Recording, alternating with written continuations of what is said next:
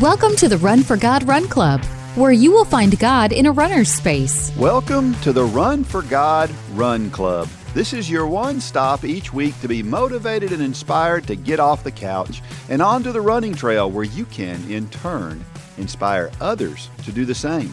Let's learn, laugh, and leap into running together, giving God the glory for what we are able to do in His name. Amen. I am your running host, Dean Thompson, and once again, I am joined by Run for God founder, Mitchell Hollis. You know, we're hearing a word right now, and we're in this age of uncertainty. I've heard that word several times lately, that we're just uncertain what's going on right now. Is there anything more unnerving than uncertainty? No. It's funny you're talking about the words you're hearing. I think uncertainty, unprecedented, and pivoting. I don't know how many times I've heard the word pivot here lately. People are pivoting in their business, so you're hearing these hot button words. But uncertainty, it's crazy. I think now more than ever, it's just uncertain what's going on out there. Yeah, everything's changed. Everything is different. The things that were comfortable to us before are not comfortable to us now. So a lot of times when we get stressed, we always fall back to the things that are comfortable to us. And right now, the only comfortable thing we've got is maybe a television and some food. Yeah, or learning how to cook. I tell you what, I've become a chef. Hey, I like it. Over the past couple of weeks, but I think I said it last week. I'm ready to get back in a restaurant. Yeah, golly, man, I'm ready to get back in a restaurant. You know, we're not at our best when we're under stress from uncertainty. It takes us away from the things that make us comfortable. It forces us into less, I heard this phrase, autopilot. Right. We're normally on autopilot. The things that we do are just automatic. We get up, we have a certain routine, and even that is different for a lot of people right now. They say stress reveals your true character, and I'll be honest. There's been things I've seen over the past months that I don't like, and I've had to take it to God and say, help me out here. I think in the end there will be good come out of this, but right now we're still trying to figure out what that good is. Yeah. The opposite of autopilot and doing things automated just as they come is being intentional. Mm-hmm. And being intentional is so important. And as runners, being intentional is super important, because there are always those times when we don't want to do it. We don't want to do a workout, or we don't want to run. Sometimes we're just tired. Right. And being intentional and doing it anyway and doing the right thing is important. Yeah. And it's important in our faith too. If we were strengthening our faith when times were good, then that automatic reaction that you're talking about under stress means we'll automatically run to God. Right. And for some of us, I think we're learning that maybe we need to work a little harder in the comfortable times. Yeah, there's been a few times. It's funny how you mentioned that, how it just, the intentionality of it. There's been a couple times in the past few weeks where for whatever reason I didn't have my quiet time in the morning, and man, by the afternoon it was blatantly obvious, because of the stresses of the day, because of the things that were going on, because there isn't that routine that we've always had of doing things in groups or whatever it is.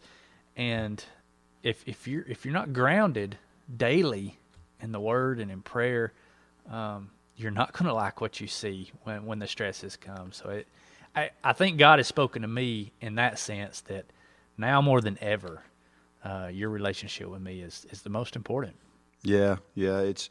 We've been introduced to a word that is very important, and one that has always been important, but a lot of times we look past it when we're comfortable. But that word is humility.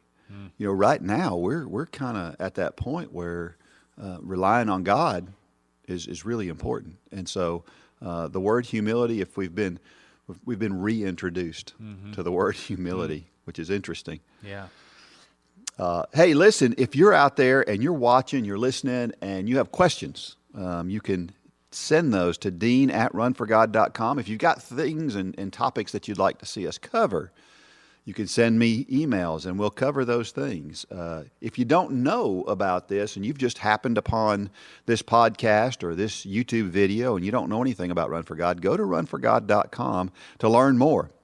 And as always, we are proud to be sponsored by the world's greatest digital music platform, J Radio. You know that moment when you're running and you settle into that perfect pace, and then the next song comes on? Don't let that happen again. With the new J Radio, you can trust us to make sure that the next song in your playlist will help you keep up that pace. Check out the Radioactive station on J Radio for all different genres of workout music handpicked for you while you run. Start listening now at jradio.com.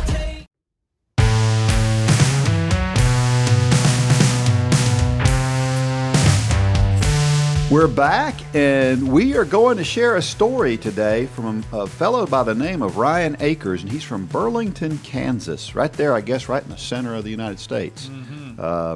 Before we do, Mitchell, you were telling me about something this morning I thought was interesting and thought maybe you'd like to share. Yeah, my neighbor, a good friend of ours, their son is turning 16.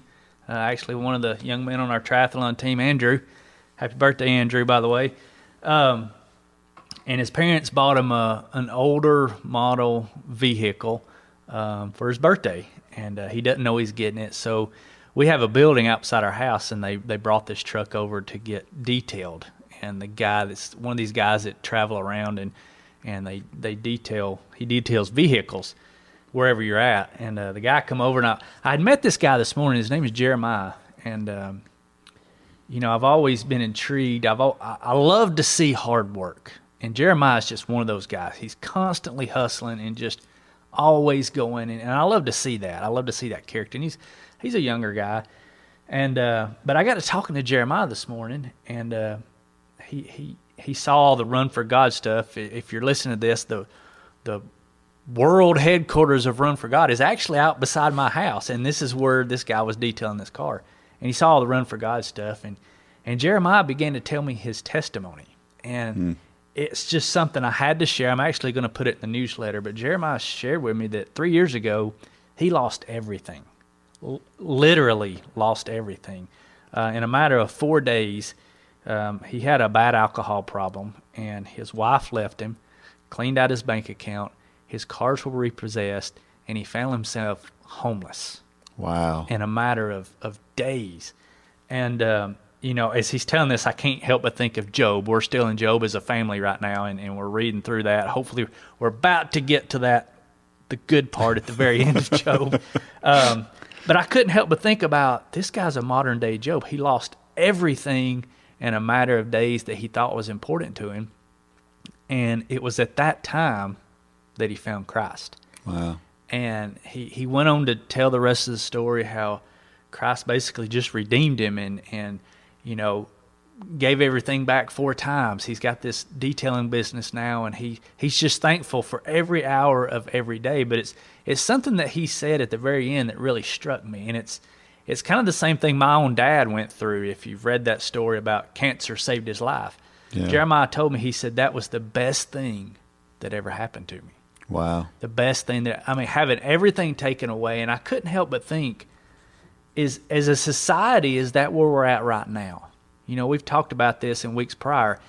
Everything that we called important, money, markets, jobs, sports, everything that we've called, that many of us put in front of Christ sometimes, is now taken away.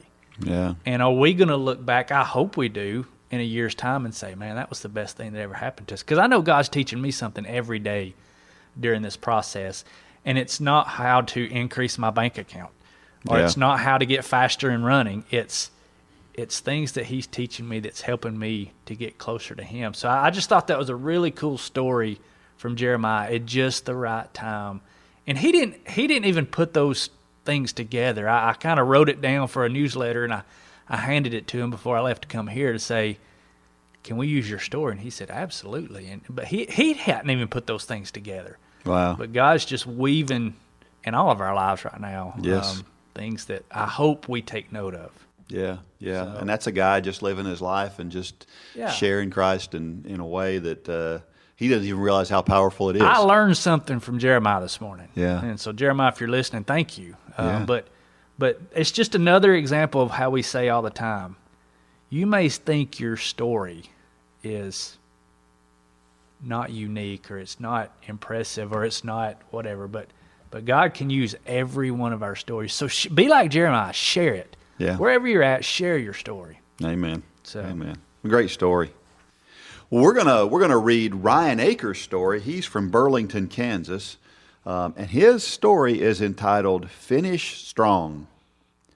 On November 13th, 2016, I took on the most difficult physical challenge of my life by going to Las Vegas and running my first full marathon. For 4 months, I trained 6 days per week. I eventually worked my training runs up to 20 miles in length.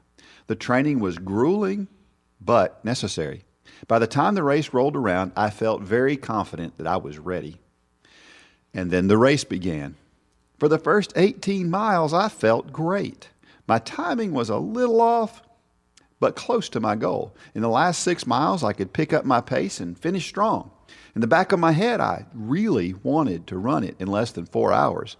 But my ultimate goal was to simply finish. However, at mile 18, I experienced something so sudden and unexpected that no amount of training could have prepared me for the feeling. Both of my legs suddenly and without warning completely seized up and my body would not run. I could move at a light jog, but I could very quickly tell that my finish time was the least of my worries. I was more concerned I might not finish at all. Many runners will talk about hitting a wall during a marathon. It's the moment where your body and your mind are telling you over and over again that you must quit, that you have nothing left, and that you need to give up. During the race, I saw other runners hit their walls. Some hit them much earlier than I did, some a few miles later. Every one of us were faced with the same choice. Do we quit before the finish line, or do we somehow find the strength, will, and determination to fight through and finish strong? I believe that is a question we must all face in life because all of us will inevitably hit a wall. It may be connected to parenting, marriage, work, money, school, death, or sickness. Somewhere in life, we will face a moment when we will have to make the same choice to either give up or find the strength, will, and determination to fight through and finish strong. During the race, I did one thing right and one thing wrong. The thing I did right was to give my race to God. And when that choice came to quit or fight, I simply began to pray for God to be the one to give me the help I needed to keep going. I believe that He did. The same goes for our lives. To finish strong, we need to avoid trusting in our own strength or will and look to the very one who gave us that strength and will, because it is only God who can truly help us fight through the walls we will encounter. Isaiah 40:31 reminds us, "But those who trust in the Lord will find new strength. They will soar high on wings like eagles. They will run and not grow weary. They will walk and not faint." Even though I did something right in giving the race to God, I also did something wrong. I began the race with my brother-in-law, and together we encouraged each other and felt confident. However, after 13 miles, I did the math and discovered my 4-hour goal was quickly fading simply because he couldn't hold the pace needed. Eventually, he told me to leave him and go on, and so I did. It was a big mistake. Because when I seized up at mile 18, I had no one to encourage me or push me or cheer me to keep going. At that moment, the course was in a very isolated part of the city with no bystanders cheering, music blaring, or Vegas lights glaring. I felt as if I was on an island all alone. At one point, I slowed down to let him catch up, but he was too far behind. I learned later that as soon as I left him, he started struggling almost immediately and had to fight through to finish just as I did. Leaving his side and going it alone to reach a goal was my biggest mistake. Having someone with you to fight through your walls is so incredibly important. God has wired all of us to flourish in relationships. Going it alone is always much harder than going through something with someone alongside you who cares for you and is cheering you on to finish strong. Proverbs 27:17 reminds us that as iron sharpens iron, so a friend sharpens a friend. When we face a wall in life, it's important not only to have God, but also the friends God has placed in our lives to help us fight through and finish strong.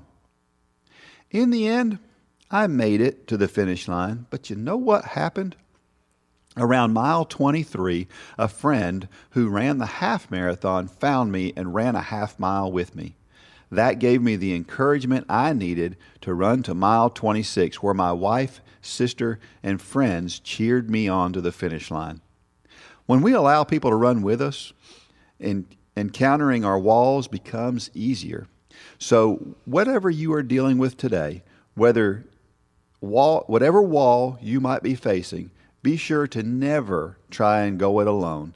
Don't try and be tough and think that by your own strength and determination that you can get it done. Trust first in God.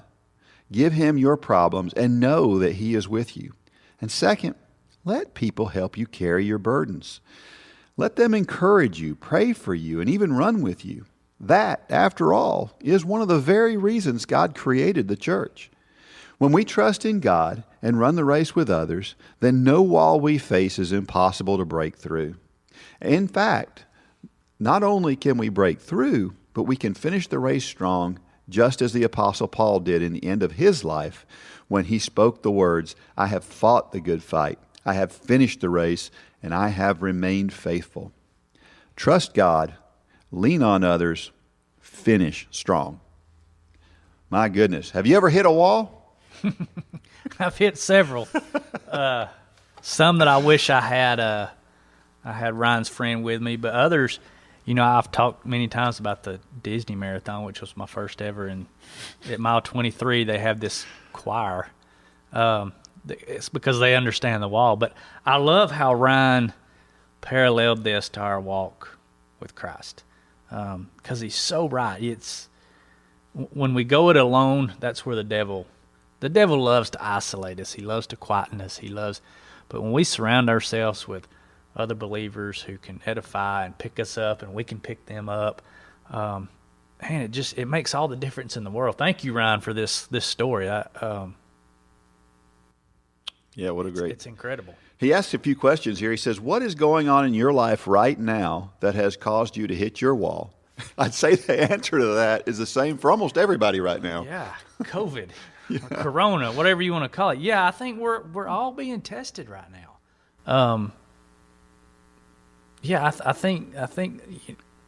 I don't think God created COVID to punish us, but I think He allowed COVID to test us. Yeah, I think there's a lot of testing going on out there right now, and if the quicker that we can understand it, just like He understood, he realized the hard way that He went out and He went at it alone, and He got out there in isolation, and he realized, oh no, I shouldn't have done that. I think we've got to surround ourselves, because the devil's going to try to isolate us right now, and because it's easy to do right now. It is. We're in isolation. Yeah. So that's where, thank God, we've got Zoom and all these other technologies out there right now that have allowed us to still group up. I do a Zoom meeting with my Sunday school class. My kids do it with the youth group, but it's not the same. I'm so ready to go back to church. Yeah, yeah.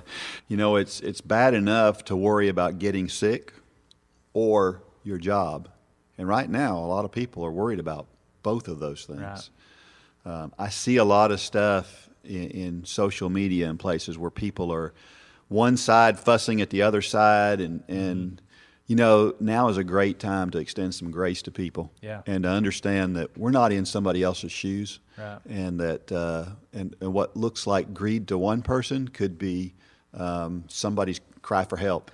Yeah, I've said it many times over the past few weeks. I think we have a virus problem. We have a health problem. But the biggest problem we have is a fear problem. Yeah. There's so much fear out there right now, whether it's misplaced or well placed.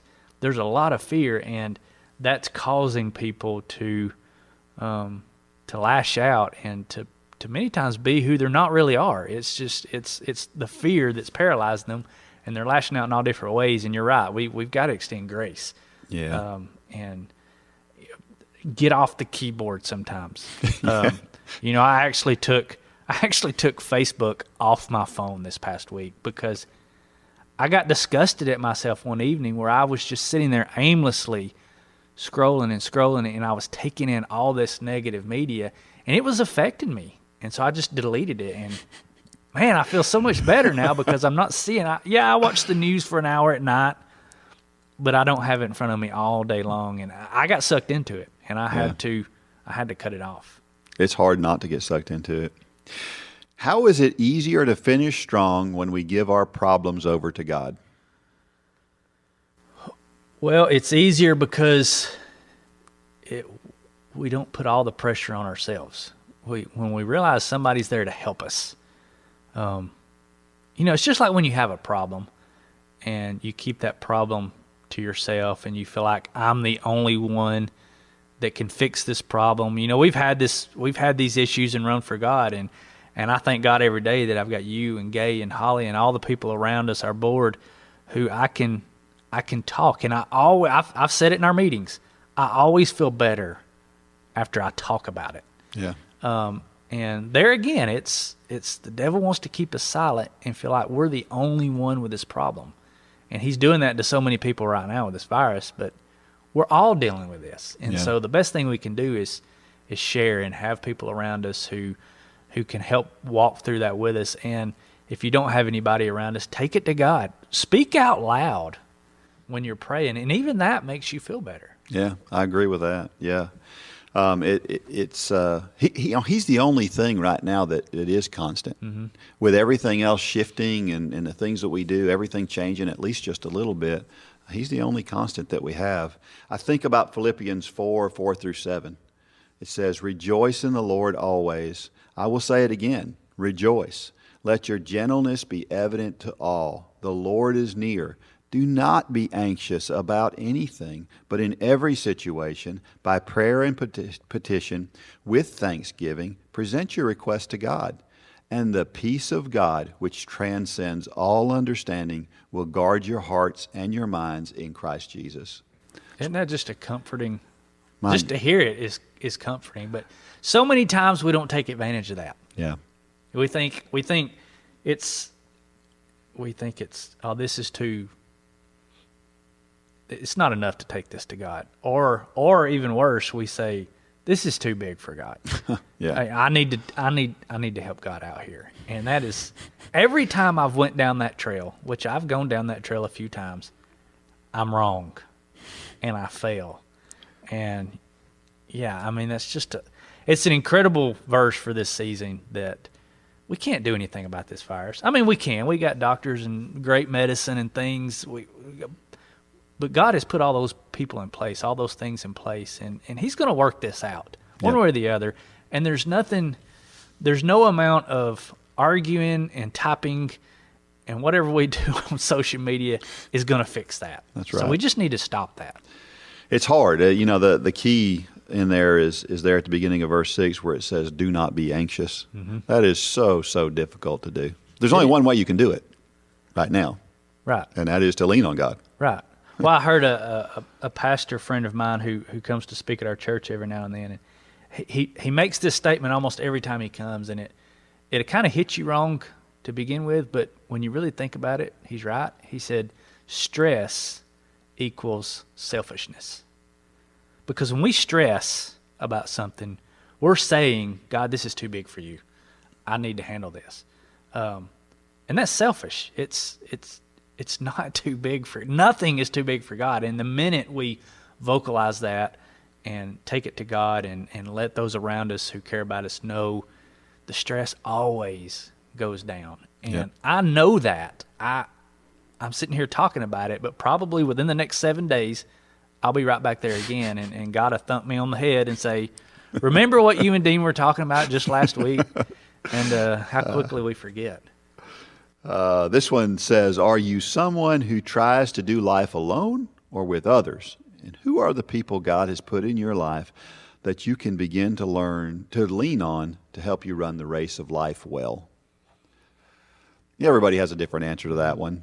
I think about, I couldn't help when I saw that question to think about David Hendricks, and how important he was to the beginning of this ministry. How I know there were times where there were doubts, and David was like, "Oh man, this thing's gonna be big." Yeah, and I was calling David, "You're crazy." But I'll never forget that day. Mitchell trying to do this by himself, and this is just going to be a small thing. And I'll never forget David almost prophetically saying, "This thing's going to be big." And I said, "David, you're crazy."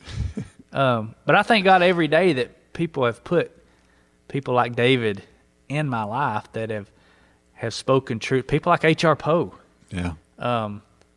who sometimes they say the things that you don't want to hear. Sometimes I don't want to hear that stress equals selfishness. But God puts those people in our life to speak into us the things that we don't want to hear, but we need to hear. Yeah. The one thing that strikes me about both of those conversations between David and HR is that when they spoke those things, how were they spoken? In love. They were spoken in love. They had the best of intentions. And when we do that, even though we may upset somebody initially, I think that usually returns well. So, but it's got to be done in love. It can't be to done from a condemning, judgmental. HR was almost in tears when he said, "Mitchell, you've let running become your God." Yeah. And that made a difference if HR would have said, "Mitchell, you've let run," but it was coming from love. It was coming from conviction. HR will tell you that's not what he wanted to say. He did not want to say that. Yeah. Because he knew that it was going to offend me. But God was saying do it, and he did it in love, and here we are. Yeah, yeah. You know who else does a really good job of supporting one another is the Run Club members. Yeah. Man, I get online and I watch them, everybody just going back and forth and supporting and being encouraging to one another. And, man, it's so much fun to see folks that are excited about running. I don't know how many times I've seen on Facebook this week that somebody has run the most miles they've ever run in a month because we put a challenge out there. And that's so exciting. I got so tickled. Did you read the comment? I'm trying to remember who it was, but they had just got done listening to you and Lane. And they said, the next day I went out and ran the most mileage I ever did because I couldn't stop thinking about Dean and Lane said, "I will not die." Yeah. And he didn't die. He didn't die. Yeah. But, just be careful on running the longest distance you've ever run. Make sure you're doing that 10% rule. But, we talked about early on that we were going to have to kind of help Run Club, the Facebook side, to keep conversations going, and we're just being part of the conversations now. Yeah. We're not initiating much at all anymore, because I think everybody on here they love the interaction. They love holding each other. There's a lot of accountability going on in there because you've thrown out a challenge and everybody's chiming in saying, "I'm doing this, and it's incredible to see. Yeah. It's and just so you folks know, if you're part of Run Club and you're part of that discussion, you've encouraged me. I know a lot of times you think, well, Dean, he encourages us. Well, you guys encourage me as much as I encourage you, I promise you. Yeah. So, hey, listen, we also, there is an app out there, and it's called The Big Share, and it leads to a bunch of stories called Come On, Let's Go. If you'd like to share your story, or you'd like to read about some other people's stories, you can go to Come On, Let's Go and check that out. Download the Big Share app and share your story. There is power in people's stories. It's a challenging time. What do you do when everything you believe about God is being tested and God doesn't look like the good father that he says he does? You've got layers and layers and layers of hate in your heart. It takes God to clean it out. Your story can help encourage others around the country, just like these stories have. You can walk through a simple process of sharing your story with the Big Share app. Download the Big Share app in your app store to start sharing hope with others.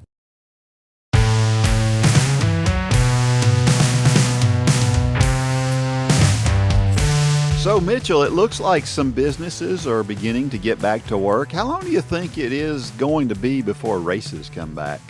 Well, I sure hope that August we're going to be running Run at the Mill for sure. I hope so. Do you think we're going to see sporting events with no fans this fall? I think we might. I think there's already talks about some sporting events being for TV only in the beginnings, and then kind of phasing into. I think they're going to do it in a smart way. Everybody's going to be doing it in a smart way, but yeah, I'm ready to get back to normal. Yeah, I am too. Do you think, I was thinking that if you have, let's say you have a football stadium and there's no fans in it and they're just playing, do you think that negates the home field advantage, or do you think that helps because the other team doesn't get fired up? Or I'm trying to figure out whether or not that makes a difference as far as home field advantage goes. I don't know, but I know it's going to be weird. It would have to be strange.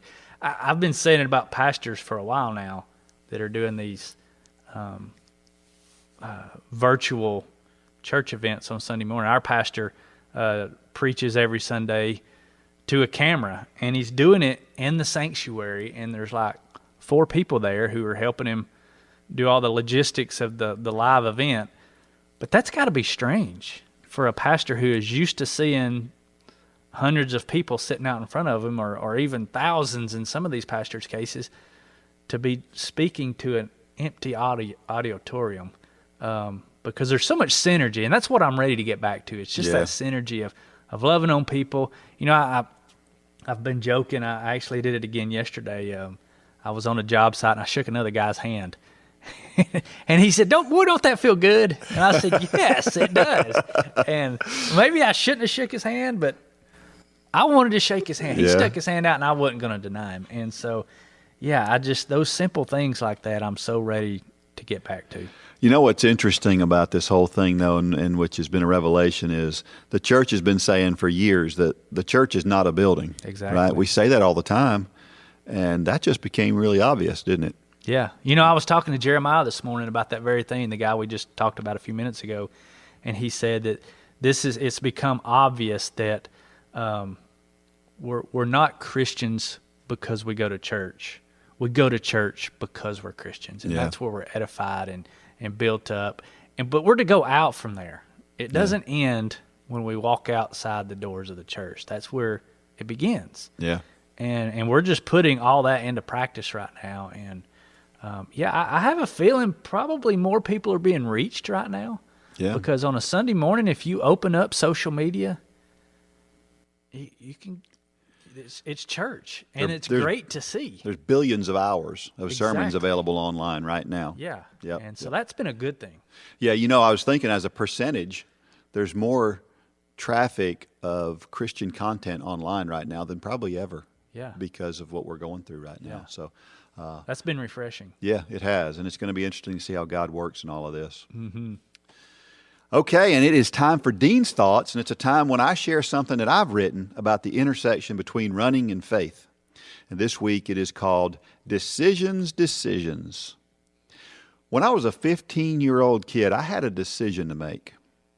You see, I was a baseball player who enjoyed running. I had competed in one season of track and field, and I'd only finished second in my county championship meet. It was the only race I had ever lost, so I knew I might be pretty good at it, but I was still a baseball player. When I was 14 years old, I was able to do both, but I would be headed to the high school the next year, and I didn't know what that meant. The cross-country and track coach called me to his office one day and told me this: I don't know what kind of baseball player you are. For all I know, you're the greatest baseball player ever, but I have seen you run. You have a great future in cross-country and track, if that's what you choose. But you can't do both successfully. You'll have to choose between baseball and track. I really hope you choose track. So there it was. I had to make a decision. My decision was more about what I wanted to do with that year of my life. What did I enjoy more? And the truth was, if I was as good as this guy was telling me, I was probably a better runner than a baseball player, but I didn't know for sure. What I felt at the time was that the coach really seemed to believe in me, and I thought, maybe I'll give this running thing a shot. I had made the cut for the baseball team, but decided to run instead. I think back to that time and wonder, what would have been different if I had chosen the other way? Almost everything in my life has followed a different path based on that decision that day. Being a successful high school runner led to an opportunity to get a degree from a school I would not have been able to get into otherwise. The school led me to a job that I did for 25 years. All of the people I met along the way were a product of where I worked and lived. As important as anything else, without the experiences of my running, I certainly would be in a different place today. I definitely would not be a Run for God ambassador and a college cross country and track and field coach. But back to that initial decision. It was a simple decision I made one day when I was a 15-year-old on an average afternoon while attending high school. And it totally shaped my life in nearly every way. And it was just one simple, not even really stressful decision. It was in college that I became serious about my faith and formed the relationship I now enjoy with Jesus Christ. If I'd gone to another school, would that have happened? I don't know. I'd like to think so, but the truth is that a decision made by a skinny, immature 15-year-old changed the way the world functions ever so slightly. I'd like to think for the better. We make a lot of decisions. If you Google it, you'll find that we make about 35,000 conscious decisions each day. Among those, of course, are choices about running. The decisions we make about running and training can affect tomorrow, or a week, or even a year from now. Let's boil it down to the most simple of running decisions. When you're trying to decide if you have enough energy to go out the door and go for a run, how do you think a decision to stay on the couch will affect you down the road? Is it more likely to be positive or negative? Conversely, do you think a decision to go out for a run, even though you don't feel like it, will affect you positively or negatively down the road, in a week or a year? I'm not a big gambler, but I know how to look at the odds for each of those questions. If I look at my Christian walk the same way, it's just as obvious. How sure can I be that that decision to pick up my Bible today will impact me positively? Is there even a chance that it could impact me negatively? I can't see how. Decisions. What shall I do? I think I'll go for a run right after my Bible study. Good word, Dean. You have decisions that you look back on and you think, what if? I have a lot of them. Yeah. Some of them I won't go into. Can you believe that? 35,000 decisions a day? That's just crazy thought, I isn't would it? have never thought that. But I guess, how many decisions did I make driving from my house to here? Yeah. Probably A lot of decisions. 100, I guess, So yeah, it's a great perspective. If you've ever participated in any sport, you've probably met a great coach. Great coaches inspire us to do more than we ever thought possible. You can be the leader that helps others achieve things they never thought possible. You have the ability and the opportunity to be that person. All you need is a heart to help people and the ability to follow a plan. The Run for God 5K Challenge will come ready to help you inspire those around you. The step-by-step guide will direct you how to plan, pray, and train people both physically and spiritually. You can help them become more fit in their health and in their walk with Christ. Share your passion. Go to runforgod.com to find out how to inspire others to accomplish big things.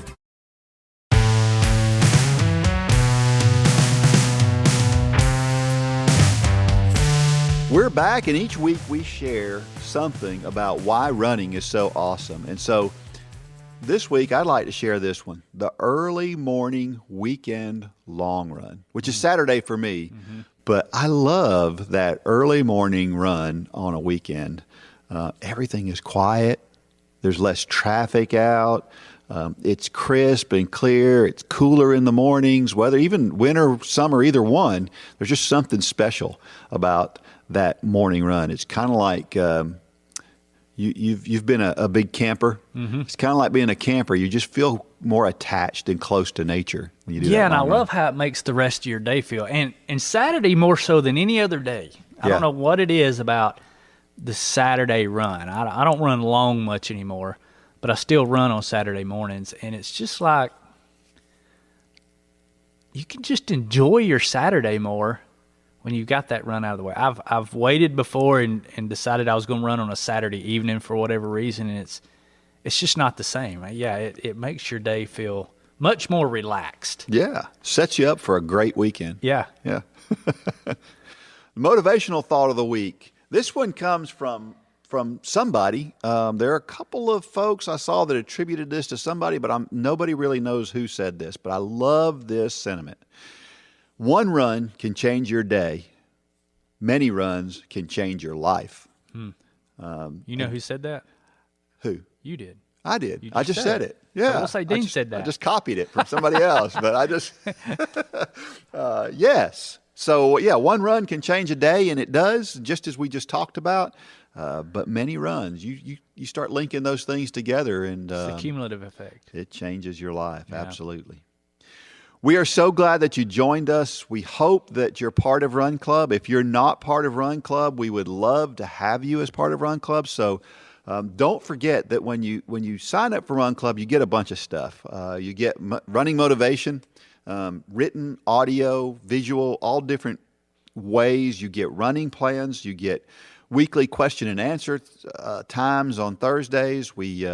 I've been communicating back and forth one-on-one with some folks about some particular issues that they have, whether it's training or injury or whatever. Then you have access to those kinds of things and so much more.